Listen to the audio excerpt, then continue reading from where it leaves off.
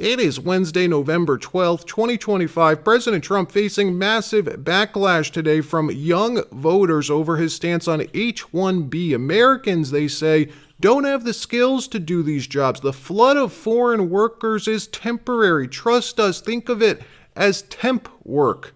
These are temp workers. That's the administration's position. We'll show you. Also, Democrats releasing brand new Epstein files today, a slew of new emails that mistakenly exonerate President Trump.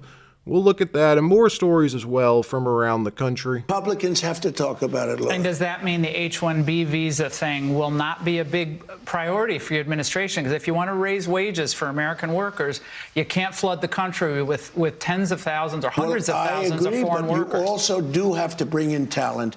When we have plenty of talented people here. No, you don't. We don't have talented people here? No, you don't have certain talents, and people have to learn. You can't take people off an unemployment line and say, I'm going to put you into a factory where we're going to make missiles, or I'm going to put you. How did we ever do it before? Well, I'll give you an example. In Georgia, they raided because they wanted illegal immigrants out. They had people from South Korea that made batteries all their lives. You know, making batteries are very complicated. It's not an easy thing and very dangerous. A lot of explosions, a lot of problems. They had like 500 or 600 people, early stages, to make batteries and to teach people how to do it. Well, they wanted them to get out of the country. You're going to need that, Laura. I mean, I know you and I disagree on this. You can't just say a country's coming in, going to invest $10 billion to build a plant, and going to take people off an unemployment line who haven't worked in 5 years, and they're going to start making missiles. It doesn't work that way. President Trump taking massive backlash this week from the young populist base of his coalition after confirming the U.S. government position, our policy will be to expand H-1B visas, to expand the number of foreign workers allowed to enter this country legally. Specifically, they say, to do the jobs Americans can't. Now, what are these jobs? Are they picking crops, vegetables in the ag fields in California? No, they're not. Are they the dishwasher jobs, these low-skilled jobs? They are not. Are they the construction jobs, these blue-collar construction jobs that we saw explode during COVID, all going to the millions of illegals from Central and South America that Biden had let in? No, they are not. None of the above. All of those workers, the illegals, the illegal under-the-table worker, Trump says they are out. Those jobs, they are available. Those are the people we're deporting. Instead, we're going to be expanding legal H-1B visas, importing highly skilled immigrants, hundreds of thousands of highly skilled immigrants to do the jobs Americans can't. The good jobs, the jobs we all want, the manufacturing jobs, the semiconductor manufacturing jobs, the shipbuilding jobs, weapons building jobs, the high-paying manufacturing jobs, the good ones. The administration now says these are the ones Americans don't know how to do. There's 20, 30 years we have offshored precision manufacturing jobs. And the president's point here is, we can't snap our fingers and say, you're going to learn how to build ships overnight. We want to bring semiconductor industry back to the U.S. There are going to be big facilities in Arizona. So I think the president's vision here is to bring in overseas workers where these jobs went. Who have skills. Who have the skills, 3, 5, 7 years to train the U.S. workers. Then they can go home. The U.S. workers fully take over. So do you understand the concern that people have? Hey, an American could have that job. Why you give it to a guy from India? But an American can't have that job. So it's specific skills. Because we haven't built ships in the U.S. for years. We haven't built semiconductors. So this idea of overseas partners coming in, teaching American workers, then returning home, that's a home run. Gotcha. Bessent now saying it's just temporary. Think of them as temp workers. They'll be doing some shipbuilding, some weapon and chip design, basically the good jobs, the ones we were promised. Yet this ain't gonna fly, folks. Now, this decision's been bubbling under the surface for a while. 8 or 9 months ago, there was a huge fight over this back when Elon was still in Trump's circle. Trump had signaled he wanted to end H-1B. Remember that? And Elon freaked out, lost his mind, writing, "The reason I'm in America, along with so many critical people who built SpaceX, Tesla, and hundreds of other companies that made America strong, is because of H1-B. Take a big step and F yourself in the face. I will go to war on this issue, the likes of which you cannot possibly comprehend." That was the first big public crack in MAGA, and Trump ended up caving on this. He reversed course, sided with the H1-B program, and there has been a struggle inside the coalition over this since Trump was reelected. The billionaire donors, they want H1-B. The Real America First wing wants to end H1-B. There is so much more to this, though, than either side admits or expands on. And what Trump and Besson are claiming is a false justification here. Americans can surely do these jobs. There may be a slim, tiny portion of these jobs, like some of these semiconductor design jobs, these chip design jobs that you'd want the Taiwanese to continue to handle, at least for a while, because they're smart people. They know what they're doing. But that's a very slim percentage of these STEM jobs that we're talking about. The main reason for this policy is because the corporations who Trump cut deals with, all the companies, the big ones, the big semiconductor companies like TSMC, like the NVIDIAs, the Teslas, they want the H-1B program. They need the program because these H-1B visa holders are willing to work for peanuts compared to what their American equivalent will work for. We're talking highly skilled STEM workers here from Taiwan, from South Korea, from India, gladly working in the States for $40,000 a year. They are cheap. They work for cheap. They have driven down the wages in these STEM fields. They are importing Indians to do these jobs, and they're hurting American workers, especially young American workers, the kids who are graduating from American universities in these STEM fields. They're now forced to compete with Indians, with Pakistanis, with Koreans, all of whom are being imported into the country on H-1B, agreeing to work for $40,000 a year. And American kids are now forced to either take a job at the same wage as these foreigners or go unemployed. That is what is happening. It's why right now, today, the youth unemployment rate is so high. It's the highest level ever, around 10.5%. So what they're doing is driving our brilliant Americans out of these STEM fields because they're importing Indians to do these jobs. And realize this is an issue to fight on, folks. This is the hill to die on if you believe in America first, because Trump has done a phenomenal job cutting deals around the world. He's secured $20 trillion, 20 trillion in investment commitments, in manufacturing commitments from other countries and companies to come to the States to build their products here. So much of that will be happening over the next few years in AI training, in semiconductor design and manufacturing. We have to insist, guarantee that every one of those jobs goes to an American. Otherwise, come next year for the midterms and even further, the 2028 presidential election, we're going to have a whole slew of cheap foreign Indian workers in STEM, these STEM workers being paid these bargain wages while young Americans get screwed. And the affordability question that you hear so much about since November 4th, this affordability issue politically is tied to this. It is critical the administration land on the right side of this issue.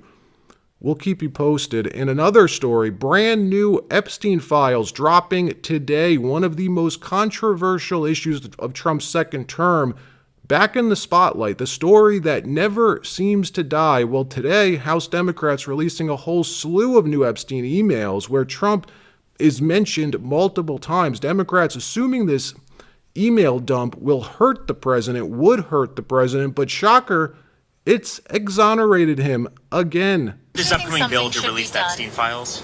Yeah, that's why I just put a bill up. I just tried to move it ahead because what you're seeing right now is what exactly is going to happen, going to continue happening. Everybody's going to pull little piecemeal portions. Sorry about that. I got to animate. I'm Southern Baptist.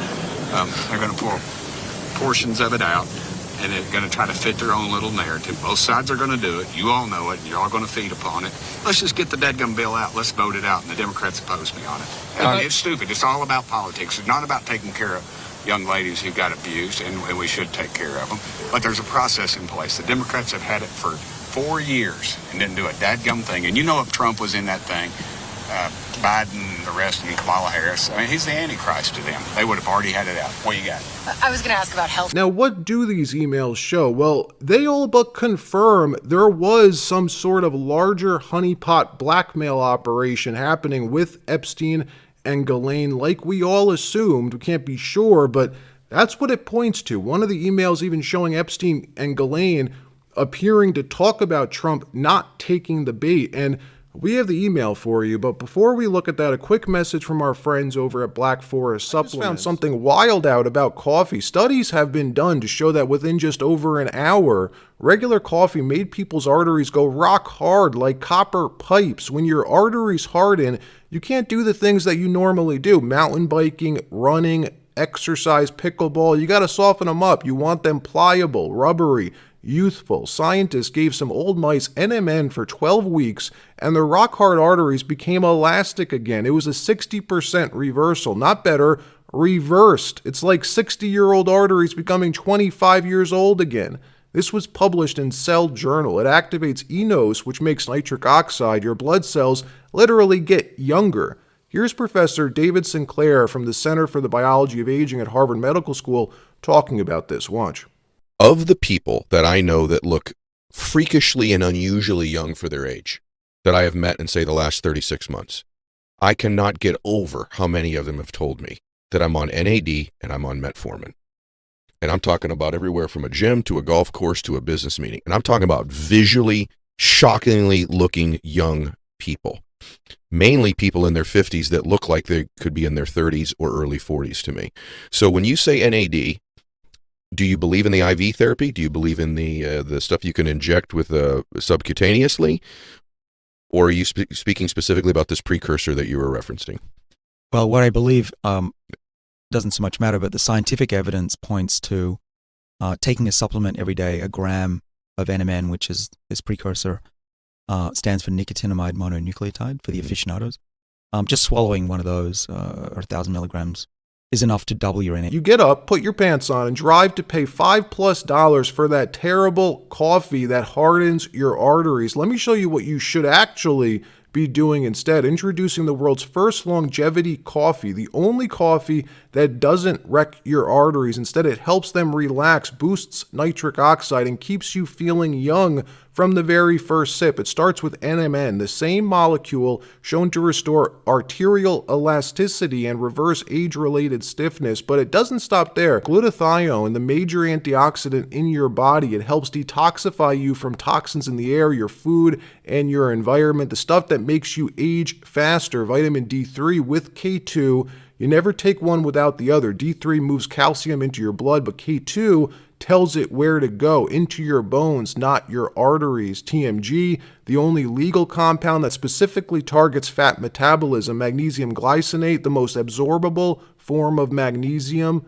This isn't one supplement, it's a 10-in-1 formula. You could buy all of these separately, fill your counter with bottles and spend hundreds every month, or you could just drink this longevity coffee, delicious mocha roast packed with NMN, glutathione, TMG, magnesium, D3, K2, and more, all in one scoop. Real coffee, real science, one cup that makes your body younger from the inside out. And listen, this is the launch day deal. It's only available for the next 48 hours, and it's the lowest price you'll ever see. Black Forest isn't even making money on this. They just want people to try it and feel the difference. But after November 15th, this deal is gone for good. So ditch that overpriced drive-through coffee you're paying $7 for every morning.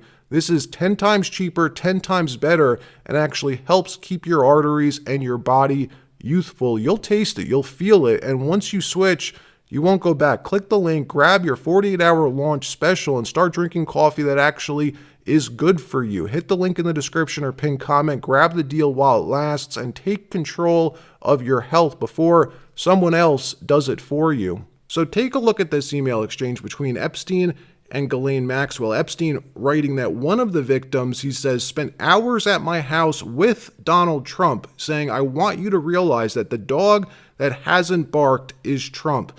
The victim spent hours at my house with him. He has never once been mentioned.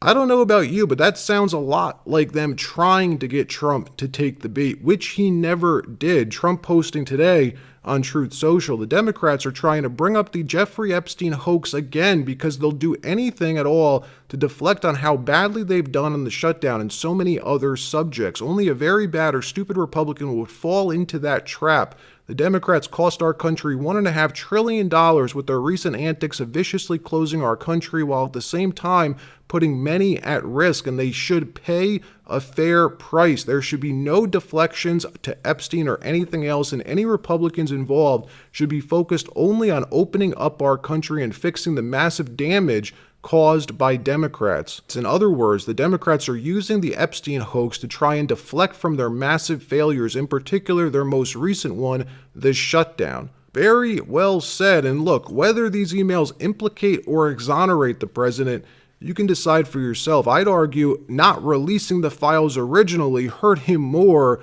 than we probably will ever realize. Thomas Massie saying this was a huge mistake, that Trump flipped on releasing the files for two key reasons: because he didn't want to embarrass his friends, and because our intel officials convinced him not to embarrass his friends. This is actually a pretty interesting take. Watch this. There's two reasons he's flipped. One, his rich and powerful friends who've donated to him or go to his dinner parties. Like, he doesn't want to embarrass them. And and they may, in fact, not even be guilty of a crime. They may just be very embarrassed that they were having extramarital sex, with these women, for instance. So that's one thing. But I think there's also the intelligence aspect of this that goes even deeper. Maybe Trump is on one plane and he's thinking, I can't embarrass my friends. But there may be people in the administration who are career people who are thinking on another plane. They're like, well, let's convince Trump he's going to embarrass his friends, when in reality what we're trying to do is protect our sources and methods, which may involve sex trafficking. Yeah. And we don't want to embarrass our partner, Israel, in this time when the popularity for their war or support for their war is at an all-time low. And now we're going to find out that their defense minister, Ehud Barak, was documented with Jeffrey Epstein 36 times, probably even while he was defense minister. He had previously been prime minister. I don't know that he knew Epstein during that period. I'm not sure how much of those dates overlap, but there are reasons that they want to protect them. There's reasons he's flipped. And I don't think his children or J.D. Vance or even Pam Bondi or Kash Patel were read into all that when they originally said all of this stuff should be released.